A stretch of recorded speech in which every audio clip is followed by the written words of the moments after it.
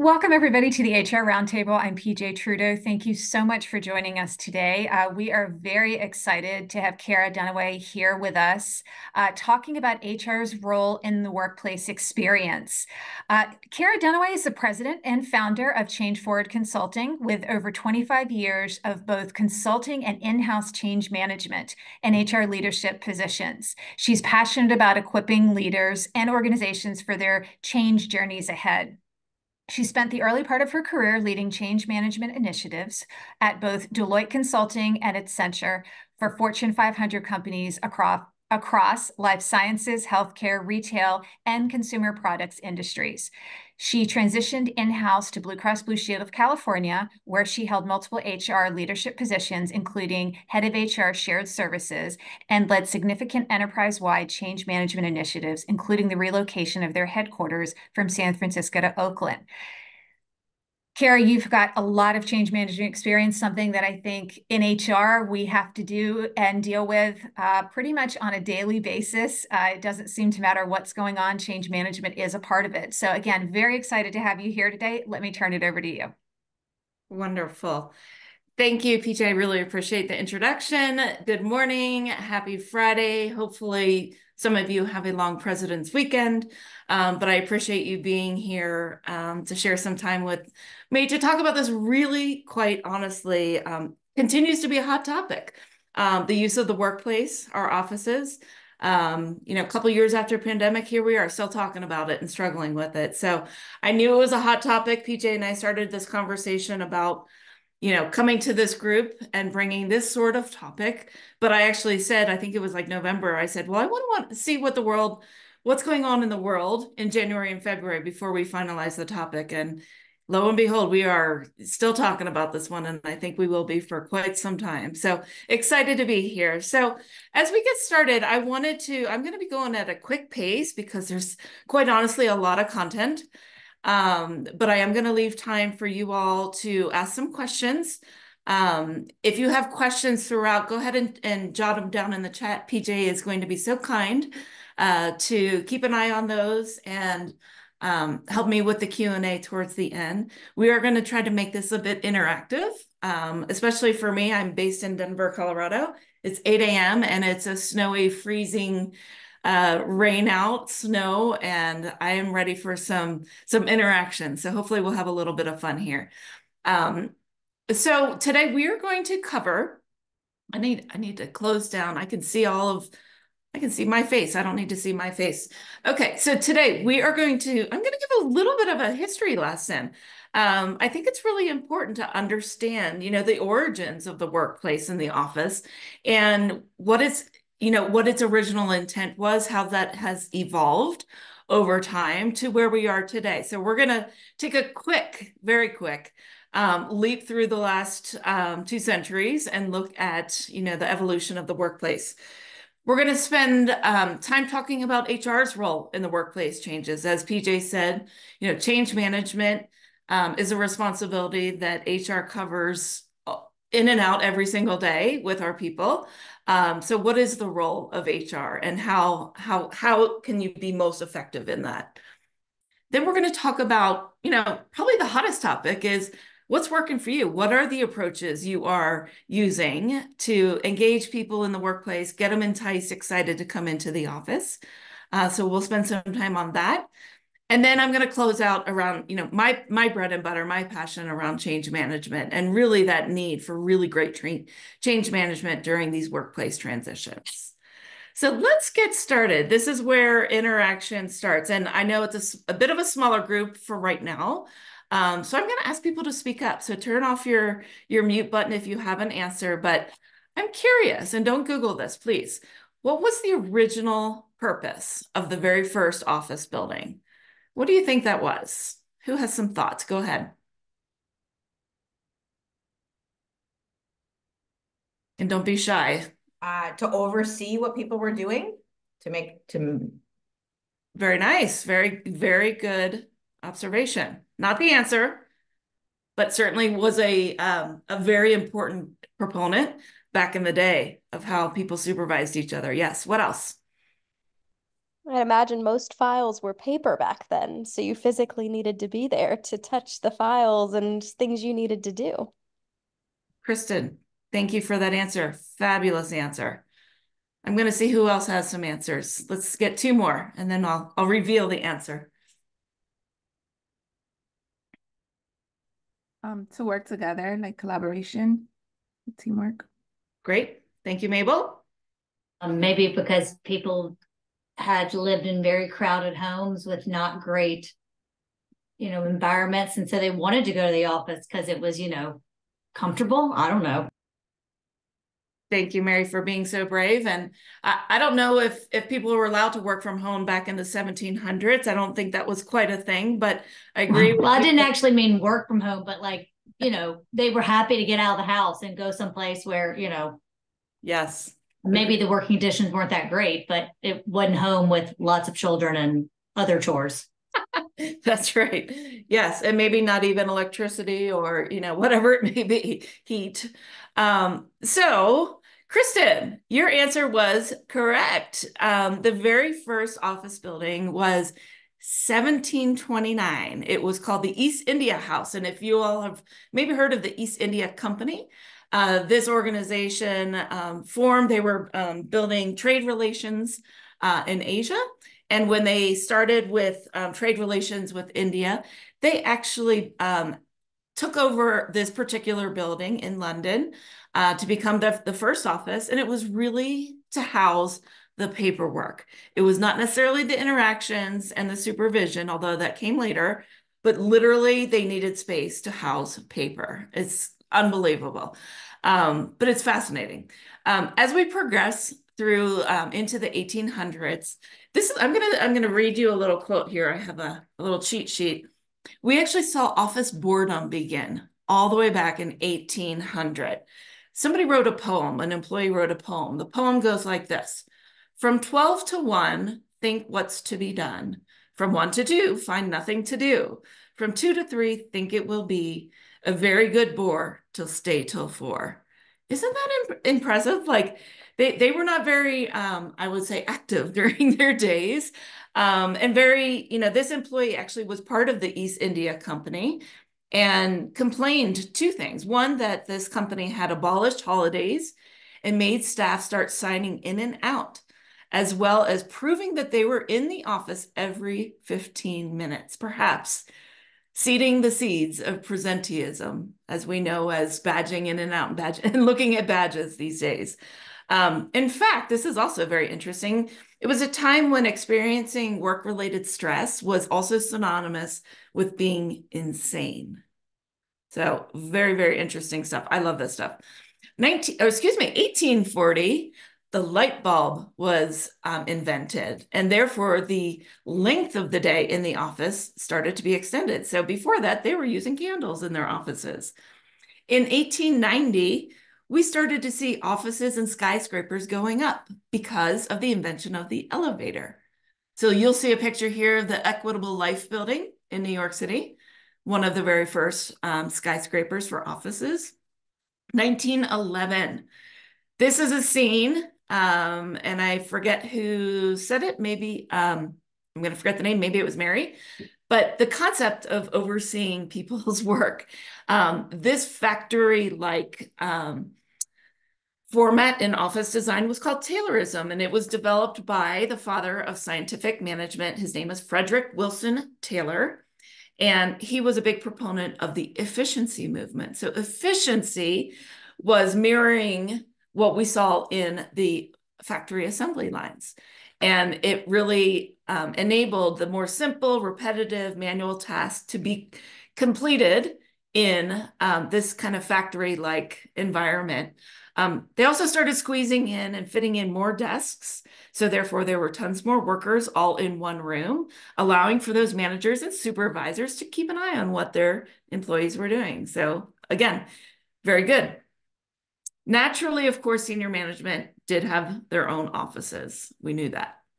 1958, office landscape gets a little bit modern, gets a little bit irregular, excuse me. So this is following World War II, and office designs, and I'm going to butcher the name of this, But they invented the term, it's a German word called Bürolandschaft. I think I'm getting it somewhat correct. If those of you are German influenced, please let me know if I'm mispronouncing it.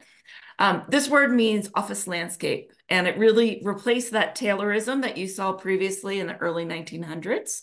And Taylorism really celebrated, I hate to say this, soullessness, but this new type of irregular formality in the design really celebrated the humanness and collaboration. And so we saw office furniture turning into irregular shapes, geometric pathways through the workplace, even some potted plants, some curved screens used as dividers, as we see in this beautiful it looks like a 1970s picture, but it's the 50s.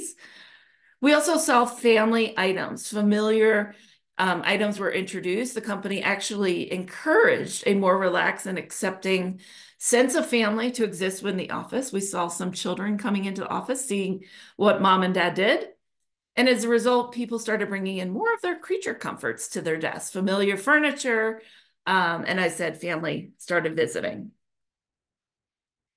Let's continue into the 70s. Oh, the beautiful cubicle was invented. The demand for office space was very rising in costs, and businesses needed cheaper ways to get more people in. And so the gentleman's name who invented the cubicle, his name is Robert Probst, and he was the president of Herman Miller Furniture. For those of you who have ever bought for office furniture, Herman Miller is still one of, if not the top furniture producers for office furniture. And this involved 3 walls, obtusely angled and movable walls. And employees could actually create kind of different designs that they wanted. But quite honestly, there was such a competition for cheaper and faster. And so therefore, many copycat competitors started producing what you'll see here in what we know now as the cubicle farm. And it is interesting, this is for all of us women. Little fact here, in 1968, The Observer, which was a very famous newspaper, ran a feature, would you let your daughter work in an open plan office? Secretarial skills were at a premium in the 60s, which allowed the best secretaries to actually request a modesty board. So it was a plywood section that would cover the front of their legs. And this is just really interesting because that was actually considered easier and cheaper to the organization than allowing women to actually wear trousers or wear pants. And they were not allowed to until the mid-70s. All right, now we're getting into 80s. At least for me, this is a little bit more of my era. As we see laptops. Laptops were provided to those who, elite few, I would say, who had the privilege of getting this personal device. And it first enabled, work to be done on the go. It was very heavy to lug around, so not many people took it out of the office very often. In the 90s, we saw You've Got Mail. Yes, paper was on the way out. Email memos, paper memos were on the way out, and actually storage of paper became less. 2007, we saw the iPhone. This invention of the iPhone, as well as wireless internet connectivity, as well as mobile computing power, allowed anyone with a smartphone literally to access information at their fingertips anywhere there was an internet. And we know this. Let's move to 2010s. We're getting close to where we are now. Activity-based working. I find this really interesting, and I do have to look at my notes here because it's some good stuff. Following that financial crisis, and many of us experienced that, the rate of entrepreneurship grew pretty steadily. Organizations really realized that innovation is a collaborative process where different individuals need to come together and implement new ideas.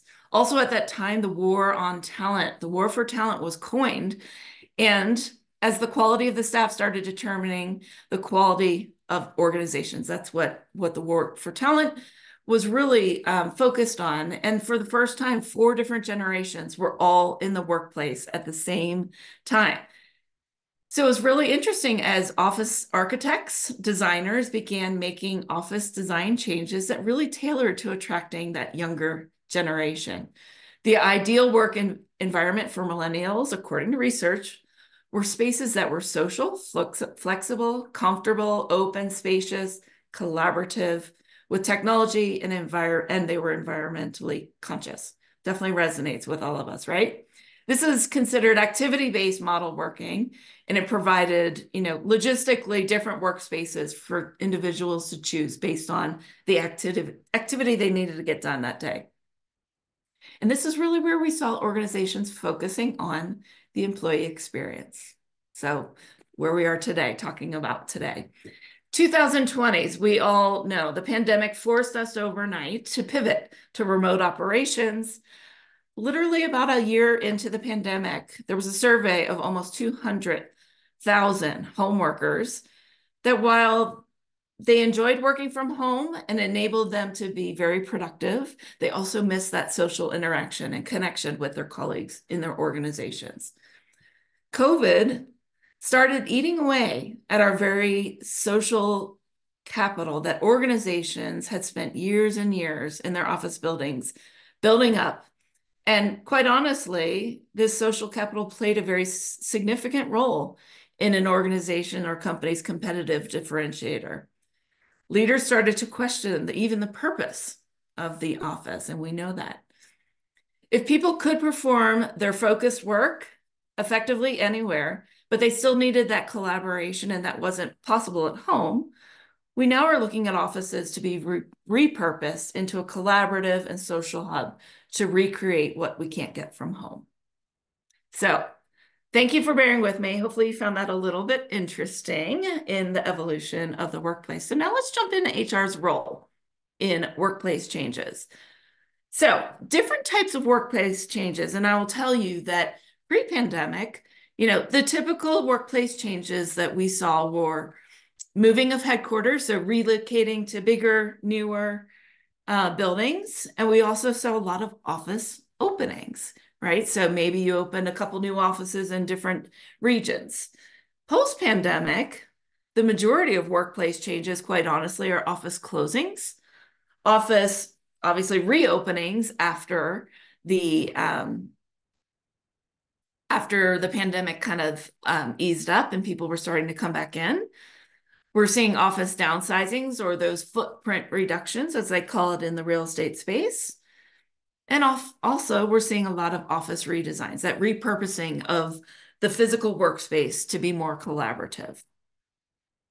So let's talk about HR. So one of the things PJ mentioned about myself is I have a deep passion, a lot of experience in this work, pre-pandemic as well as post-pandemic. And one of the most significant moves that I made for an organization was the headquarters relocation for the Blue Shield of California. And it was a 3-year program, and I'm going to give you a little bit highlights as we go throughout today, because it was quite honestly probably the creme de la creme of my career so far. Super fun, but it was pre-pandemic. But this model, this program that I worked on over the course of 3 years really helped me understand not only the role of HR in workplace changes, but the need for collaboration across all of the different important departments. So let me give you this visual here. Oops, sorry, here we go. So as you can see here, workplace changes, many of you have worked, for those of you in smaller organizations, which I know a lot of you are, sometimes it's a one-person show doing a lot of this, if not most of this. Sometimes you'll have your technology team, but your HR, your change management, you're probably on the hook for this stuff. And sometimes you might partner with a facilities person. But in larger organizations, often what we'll see, and one of the biggest mistakes we see, is that the real estate team, the people who are actually doing the physical leasing of the buildings, the design of the office, doing the office furniture, they're off doing it in a silo, right? HR, you're over here, you're dealing with the communications to the people and trying to navigate them into this new space and making them come in or enticing them to come in. The IT folks, they're worried about the technology stuff. And sometimes finance and legal are included. But quite honestly, where the magic happens, whether it's a small little move or a workplace change or a big one, is this integration. And sometimes that person who plays that workplace change leader is a program manager or project manager. Sometimes it's a real estate person. Sometimes it might be, you might get signed up. I've heard many of my friends in HR saying, oh my gosh, I was in charge of this whole thing and I had no idea what I was doing. It is really, really interesting when you think about the magnitude of the activities that need to happen. Some people might think, oh, it's a simple, downsizing of a footprint. We're giving away a piece of our leased one floor space to the landlord. Not a big deal, not a big change. But quite honestly, the logistics of it and the mindset shifts of people going from dedicated seats to probably hoteling, there's just a lot of change involved, and it takes a lot of planning and thinking. So this slide here is not to overwhelm you, but it is really to help you think about, like, so many people that I work with will go through a change and go, oh my gosh, we got to day one and we hadn't thought about updating our HR system to the new address. We didn't think about our foreign nationals. Oh my goodness, we have a change of home address. Or not home address, but the headquarters address. We didn't think about that. Oh, we didn't think about, sharing with everybody what the, emergency exit information is if there's a fire drill, whatever it may be. This is a little bit of a cheat sheet, but as you'll see here, HR has, a good amount of activities that are involved. But you'll also see change management communications. Oftentimes HR plays that role if you're not in a big enough organization where they actually fund having a change management communications person. So employee engagement, building that excitement, keeping a pulse on how people are feeling will often fall into the HR realm. Okay, so let's keep on moving. So workplace experience approaches. So we're going to talk about the why and the when and the how to get people coming back into the office for those in-person meaningful interactions. And thank you for those of you who responded to the two quick questions PJ was so kind to ask. I think there's a lot of similarity in that these kind of areas of, coming together, especially as people are new hires and learning from each other, learning in person really makes a difference. Strategy, whiteboarding, planning, doing the, deep thinking really helps when you are in person. There's more personal interactions when there's, coaching, mentoring conversations, having that human connection, really, really important. And quite honestly, I know I do, working from home, I miss that. I love my husband dearly, but it only goes so far. And I miss other humans that I have that connection with. And lastly, engagement and celebration. This is an opportune time to come together, celebrate wins, spend time getting to know each other and really building that engagement. And I think most of us know this now. This was kind of new news right out of the pandemic, but I think people still struggle with encouraging people to come together. So let's talk about the how. How do we get them to come in for those in-person engagement and experiences? So first and foremost, on the left-hand side here, you really need to make it worth their while and really promote that interconnectivity. We certainly don't, or at least I don't, as a consultant, don't recommend that the mandate works. And mandating people to show up, be in face, and be sitting at their desk, taking their Zoom calls, doing their heads down work just to be there, not really going to seem like it's worth their while and really not going to be engaging to those employees. What I am going to recommend, and I want to have a little bit of a conversation here in a moment, is creating a blended approach. Sometimes HR is either asked to be or told to be on the hook for building engagement and in-person participation. But quite honestly, those HR planned and company events that you are, focused on are fantastic. But at the same time, we need to be holding the hands and putting the onus on our leaders. They need to be stepping up and leading the engagement within their teams. They need to be, educated on their role. And I know that's sometimes hard to do. But really, that is going to be the most engaging thing for the employees versus HR planning an event. When their leaders show up and their leaders make it worth their while to be there in person together, that's going to make people want to come back in.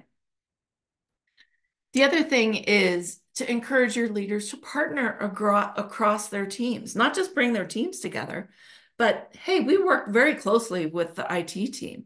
Let's bring in our team and the IT team, to learn, to create, to team up, together on certain days. So those type of ideas are really great. So that blend approach really goes a long way so that it feels like an well orchestrated, like the company is thinking about this and it's being planful.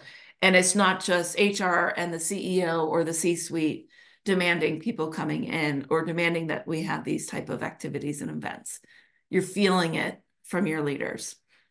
So some of the key principles, we're going to talk about creativity in just a moment, which is something I just absolutely love. Having fun, promote teaming competition. I know we talked about this just a week ago in HR Roundtable around competition. We obviously all know feeding them is extremely important and goes a long way. Take the opportunity to celebrate and recognize people's success, team success, organizational success. Showcase people's human sides. I've heard this so often that human interaction is the most important thing that people miss. And so when they come together, if they don't have that opportunity to actually spend time getting to know each other a little bit better outside of your Zoom calls, it's going to be a wasted moment. And also consider the benefit offerings. I actually saw some people asking questions about, what do we offer from commuting into the office when you come in? Or what type of other creative, benefits can we entice them to coming in? So I want to showcase a little bit of creativity. This is a pre-pandemic idea. And this is something that I actually led when I was at Blue Shield of California. This was based in California. And you're going to look at this and say, what in the world is this? So think about pre-pandemic, the focus of employee engagement, if there were employee engagement programs or teams, or even just one person that was on the hook for, engagement programs and activities, these were very much focused on, bringing a sense of home into the office, because all of us spent so much time in the office, more than we probably spend at home, quite honestly, or at least our waking hours. And so making the office feel like a comfortable place to be, neighborly interactions with each other, and really making those long days in the office together more enjoyable. And so we often saw, the food coming in and the sometimes competitions and sometimes volunteering together when you were in the office or outside the office, taking lunches at a local restaurant. What this picture here is, my example, my story at Blue Shield is when I joined the organization, it was quite some time ago, but they literally had just taken the Great Place to Work survey for the very first time. The results were abysmal. And I realized I had a bit of a challenge on my hand. And the team I was working on was actually being shifted out of the headquarters and moving down to a building which they called the Annex. And the Annex literally was a leased space with furniture that was 20, 30 years old, that we had no funds to do anything with that furniture. It was a cubicle farm. And knowing what these engagement scores were, and the fact that we were getting shifted off of the campus with the gym, with the nice cafeteria, and we were going to this bit of a cubicle farm, I realized we needed to step it up and get creative. And so I pulled together a group of volunteers to really kind of name this Annex building something fun. And we called it Advancity. We had a vote. We had a fun little competition around that. And every cubicle row got to name their street. And we had, everybody had street signs that we put up, because literally when you walked in the building, it was impossible to find people. And I was actually located right by the door. So people would always walk in and say, how do I find blah, blah, blah? I would show them this lovely map we created. We actually did have a very creative art designer on the staff that helped us build this out. But we had so much fun because we were known as like a community, right? And we had community events. Of course, we had the barbecues. We actually had putting competitions in the office, in the hallways, not in there wasn't really a golf course outside. But again, this is an example of creativity going over and beyond, and doesn't mean everybody needs to do this by any means, because this was quite an effort. But what you see here is what engagement activities and creativity could have looked like pre-pandemic. But again, it probably resonates, the concept of bringing the comforts from home into the office, because it was very, very long days in the office. So now, post-pandemic, creativity continues to be that winner, right? We are using our creative brains in different ways. We spend so much time at home that coming into the office and that experience needs to be exciting, and needs to be enticing, obviously interactive, collaborative, and efficient. Yes, short and sweet. We often see people coming in, 10 to 2. 10 to 1, come in for a lunch and a quick meeting and a little quick, something together, and then get out before the rush hour. So building those micro experiences, as I like to call them, with high energy, high interaction, really important. Creating a cohesive program, like in the previous example that you saw, the map of the city. Rather than doing onesie, twosie little micro experiences, consider having a cohesive program, a cohesive theme, maybe based on your engagement scores or feedback that you get each year or throughout the year. Maybe there's some key areas where you want to create a program around, involving other employees, bringing in those volunteers to ideate and plan together. This is not solely on you. And obviously, for the planned activities from HR or the company, but also remember, leader-led activities are very, very important. And of course, prioritizing and sharing human insights. So I'm going to stop talking here. I want to spend a little bit of time, and I'm looking at time. I want to be conscious. We have a couple minutes. I'd love to hear, we've talked in the past couple of weeks around, ideas and competitions and things that have really worked well for you and entice people to be, in the office and being very engaged. But I'm really looking for some very creative ideas. Does anybody have anything to share on what's really worked well, or programs that you've instituted? So I'm going to open it up. I know we have, about 32 on the phone. So if people want to either chat in or speak up, I'd love to hear what examples we can share.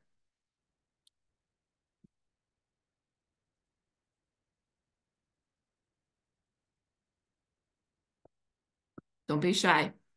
Is everybody still struggling?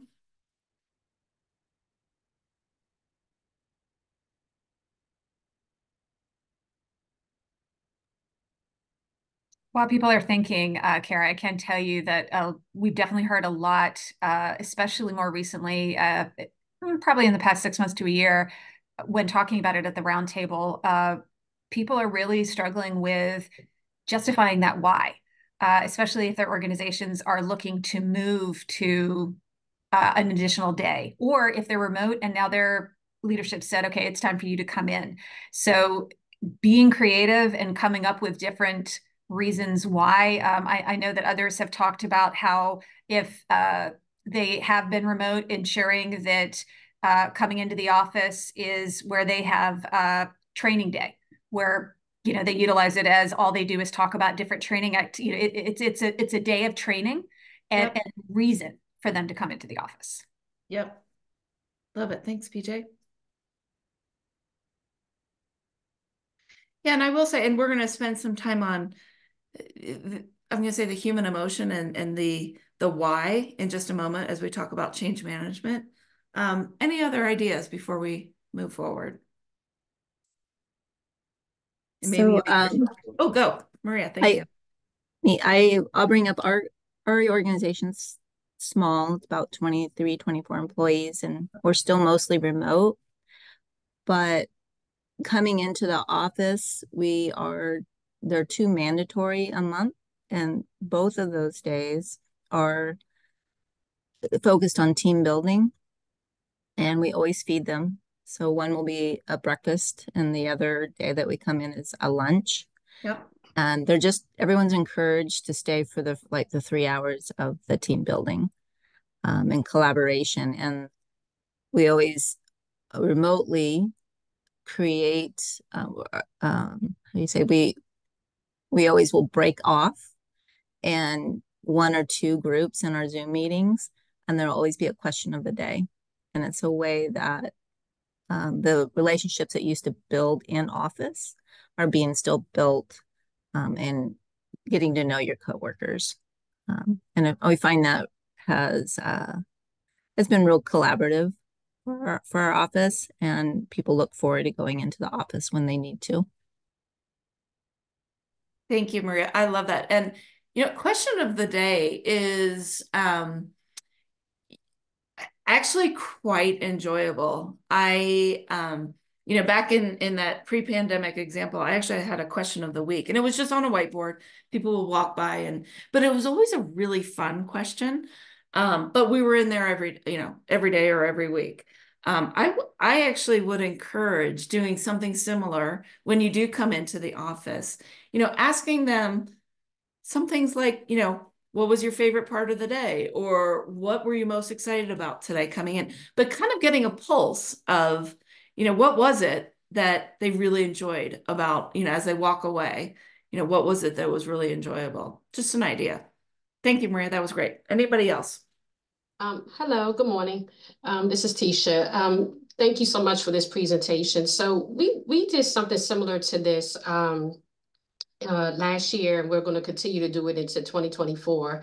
We're a mostly remote organization with about 60 staff members. And so we have what we call collaboration days. And so we fly everybody in from all over to come in for 2 days. And it's a mix of team building. So you meet with your team for a couple hours and team building. And then we have kind of some social events tied to it. So last year we did like bowling for a couple of hours as well. And the team that you were part of couldn't be the team that you work with. So kind of mixing team members up. Right. And then we also did kind of what you just said, a kind of a wall of questions. And it was really fun to see kind of what people put on there. So it was just simple questions like, what are you watching on Netflix? Or, what books are you reading now? And, we had colorful stickies and people could write on there, just post it on kind of the white sheets that we had, the Post-its on the walls.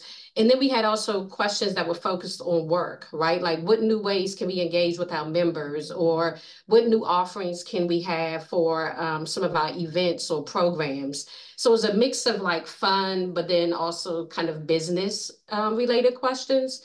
And so that went over really well. And so we're getting ready to plan our first one for 2024 in late April. And so now it's kind of getting back to thinking, what can we do to be, again, more creative and, keep folks engaged as we continue on with these collaboration days. So thank you for raising this question in this presentation, because it's always helpful to kind of hear other ideas as, we kind of think about in-office engagement, and particularly when we don't have it as much for my organization. So thank you. Love it. Thank you, Tisha. And I love the blend of fun and social as well as work related, activities and engagement type approaches. So let's keep moving here, because I want to make sure we have time for questions at the end. So excuse me, I'm going to geek out a little bit, because this is where I absolutely love talking about change management. So we're going to have a little fun. I want to look at an example. This is a home move, a family that's going to be moving. And obviously it relates to moving into workplaces and, different type of activities. But let's think about, you're preparing to get ready to move into a new house. Isn't this a beautiful home? What things do you need to do to prepare for that move? So I would love, just give me some shout outs in the chat. What type of things do we typically do when we're moving? Pack. Prepare. Pack. Thank you, Sue. Perfect. We know that one. That was a great one. Downsize. Say that again, Gloria. Downsize. Downsize. That's right. Some people downsize, some people grow. But yeah, you got to get rid of stuff if you're downsizing. Otherwise, you're hoarding. Setting up utilities. Yes, correct. Contact utility companies. Correct. Start thinking about what's needed in the next phase, in the next home. What are some things that are important? That's normally what I go through with the move. Like, is this going to my new area? Is this important? I love it, Shirley. That's wonderful. Clean.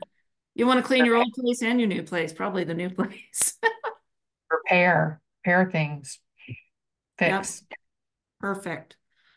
Thank you. All right. So great answers. I want to move us now to what if I shed a little bit more information about this particular family and the details of the house. So location-wise, this new home is actually 15 miles further into the suburbs and further from the schools for the kids, but 10 miles closer to mom's office. It's got 4 bedrooms, 4.5 baths, and an elevator. Isn't that lovely? The upstairs has the master and a beautiful ensuite. There's 2 bedrooms and 2 baths upstairs. There's a kitchen, a family room, dining area, and an office all on that main upstairs level. Downstairs, you do have a bedroom and a bath, a living area, and a bonus room. Technology-wise, as you saw, this home is brand new, has all the state-of-the-art smart technology, security, electricity, appliances, elevator, etc. Now we're going to talk about the family. So mom and dad, mom actually works in the city, so she's 10 miles closer. Dad works from home, usually sitting in Teams meetings all day. They've got this cute little toddler boy. I love him. He's eating his box. Moving into that 2nd floor next to his mom and dad. They got the teenage girl. Oh my gosh, this is my daughter when we moved. She had a real attitude about moving further away from her friends. Her friends won't think she's cool. That's what she thinks. And she doesn't really want to hang out at her house. And her room is going to be downstairs. And we got sweet little grandma. Look at this funky woman moving in with her son's family. She no longer can go upstairs. Her bedroom will be upstairs. And she's very adverse to technology and clearly quite a character. So let's share some quick thoughts. What else would you add to planning based on the details of the house and more of the concepts of what's going on with the family? What other ideas do you have? Let's talk about this toddler boy moving in on the 2nd floor. Any things we need to plan for him? Probably some child-proofing. Child-proofing, yep.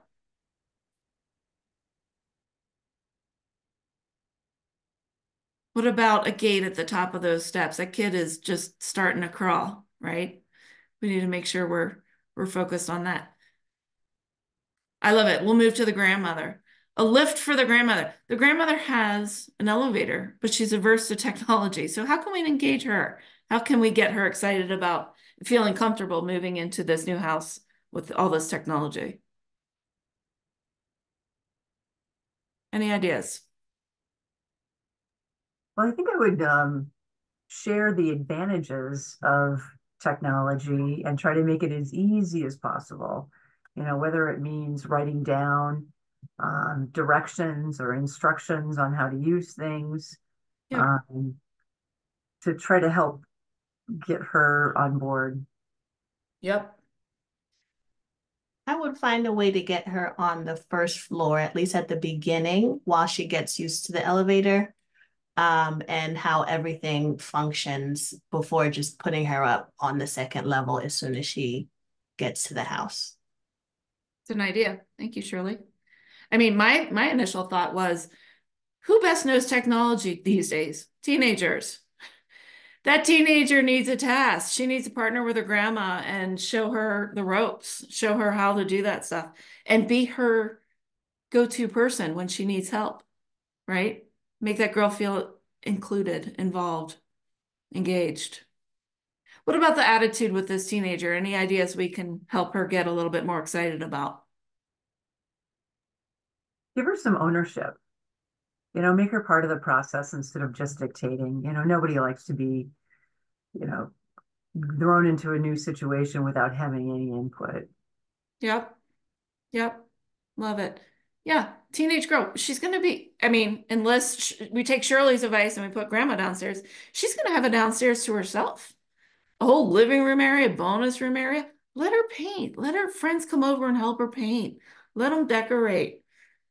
Let's have some fun with it. Make it encouraging. So again, I'm not going to go through this for too much here, but I love this example because it makes you think like a change management person when you're thinking about, making these workplace changes or moves or whatever it may be, because you start really thinking about the employees.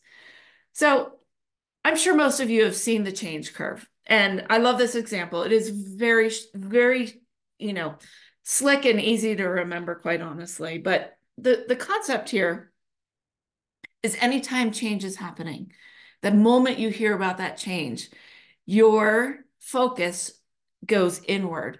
You become aware of that, and all of a sudden, you start to dip in productivity. You start to focus on, whoa, what is this new information? What is this change going to mean?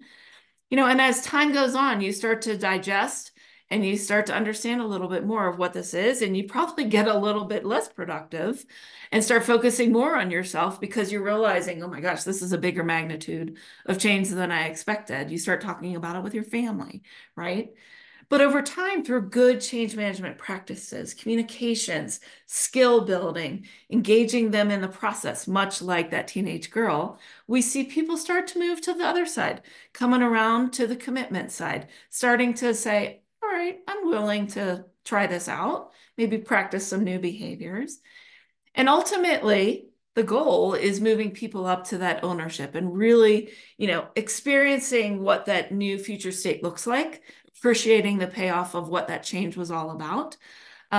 Not everybody will get to that ownership box, quite honestly. Our goal as change practitioners is to take people forward into the curve or through the curve.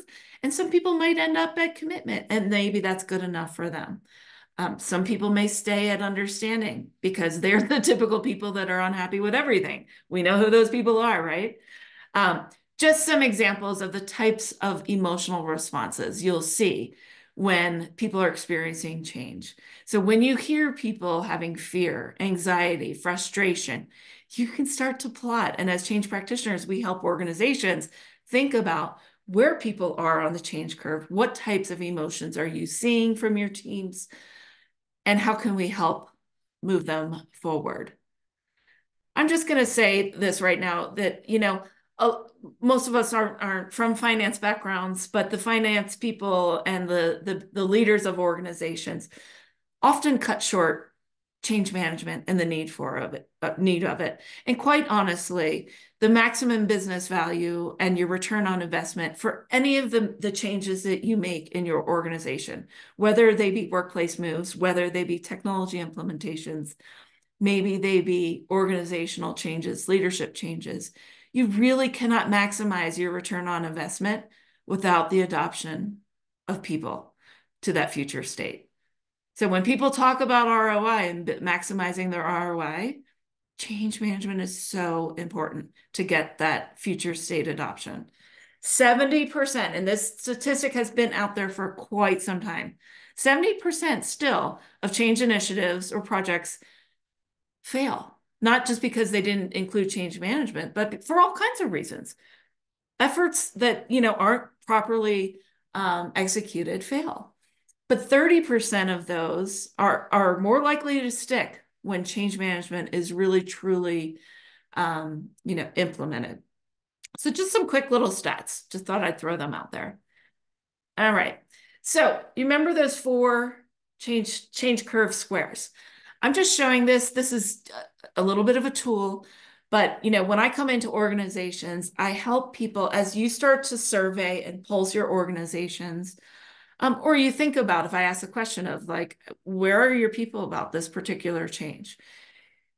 Moving them along that curve is, you don't necessarily need to say, where are you on the change curve? You can ask questions in your surveys that are much more relatable to them. And we can behind the scenes plot that to where they are in the change curve and make some action out of it. That's what change is all about, change management. So you'll always see people that are, I'm sold, I can't wait, this cannot happen fast enough, or I'm not so happy. I'm not going to like this, right? The naysayers. And then you're going to have the people in the middle. And these, for me, are the people that are my sweet spot of helping, because they're generally aligned, but they might need some more information. Communications is key. Those that it's going to be challenging, this is where you get to unpack that onion, peel back the layers, and understand what's really going on here. So here's some leadership tactics. You all will get these slides. You know, and even actually in the speaker notes, there's some more detail around these. But even those that are sold, you can't let them be on their own, because they might swing backwards in that change curve if you're ignoring them. So you got to maintain that positivity, maintain that support. In fact, actually use these folks to be a bit of a change champion or agent for the rest of the team. Sometimes focusing on information needs for, you know, those that are, you know, generally aligned is really going to help them, but you need to stay close to them and make sure they're getting the information they need. As I said, those that are in this, it's going to be challenging for me. Peeling back those layers, those conversations, having managers and others kind of help them to really what's going to matter. What's going to help you make this change? What's going to make this better for you? What's really important to you? I'm not happy. This doesn't mean ignore them. It does require a bit of work and a drastic mindset shift for those people. But it is so rewarding when you actually get those I'm not happies to move upwards in that curve. So again, just a little bit around change. Remember when I said I worked at Blue Shield of California? We moved the headquarters. It was from San Francisco to Oakland. And back in the day, for those of you who've been to either of those cities, that was a pretty big transition. It was 3 BART stops, not MARTA, that's Atlanta, BART stops, which isn't that big a deal, but it was a big transition. So as you'll see in these pictures here, yes, I'm having a little bit of fun. I have my hard hat on and I'm literally standing on the CEO's desk. He has no idea I took this picture, but I thought it was kind of fun to be CEO for the day. We engaged the employees. These are pictures of bringing people into the space before it was finished. So we weren't in hard hat area, but we did tours. We got them excited. We gave them days and then they went and had lunch or dinner or cocktails or whatever in the new community. So we were doing these type of, engaging of employees in that experience pre-pandemic. And we had a lot of fun. Oh my gosh, we had a ribbon cutting. We had this band from New Orleans come and march through the city. I mean, it was a big to-do. It was really, really fun. And we don't see this type of, excitement in our offices. But again, the themes still carry over as we move into our new spaces. So big or small, no matter how big your moves are or your changes in your workplaces are, thank you for sharing some of the things you have on your radar for this year. I want to pause and let you all ask me some questions before we wrap up today. And PJ, I'll have you keep an eye on the questions.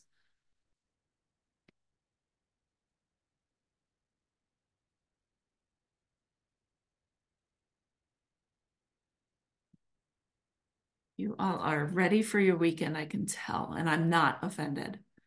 Don't worry. I don't have any questions, but I really appreciate the topic because it really keeps us moving forward and every day is change, right? Yeah. It may be very small or it may be a huge move, but yeah, so thank you very much. Yeah, I appreciate that, Sue. Yeah, and your role as HR leaders and practitioners and managers is, caring for, quite honestly, caring for the employees, right? And so this, emphasizes, change management approach, certainly emphasizing caring for the humans and, taking them along that journey. So appreciate all of you holding these roles, whether you're doing it or not, you do. I have a challenge real quick, just and yeah. We don't have to address it, but we have 7 employees that are out of state, out of the area, and we can't necessarily afford to fly them in on a regular basis, maybe once or twice a year. Do you have any other suggestions of how to engage them in a hybrid kind of world, people online versus in person? That's the challenge for me.